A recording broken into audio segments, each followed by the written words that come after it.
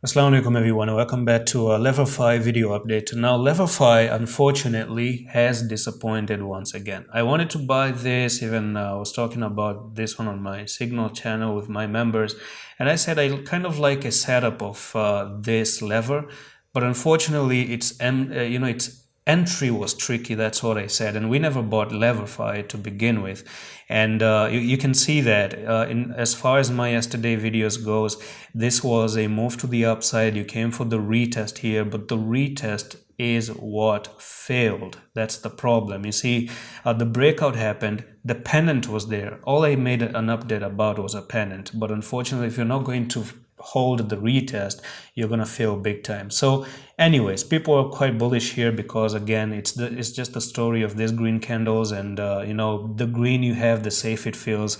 But to me, the more greens you have, the more dangerous it becomes, and the more red you have, the more safe it becomes for me. And right now, unfortunately, what I'm gonna say is that one day is a different story, the other day is going to be a different story. And this story now is that you have a flag right there and three black rows, a continuation pattern here. So this is your technical target from there to there, and we're looking for a drop to 3144, and that's actually going to be a move down to for a 15% drop to the downside. Now this is something that can be traded as well, so look at that, do it at your own risk, do your own proper analysis. If you can do that, just don't rely on one video. And from here you did have this ascending triangle, right? So the story about this one is the following. Let's actually zoom in there, and I'm gonna go into the line chart right once again. Okay, so first of all, you end up, hit your head, came down. You end up again here, hit your head, came down. You end up, try to cross it, made a fake out, went to the downside, went up again, hit your head, came down.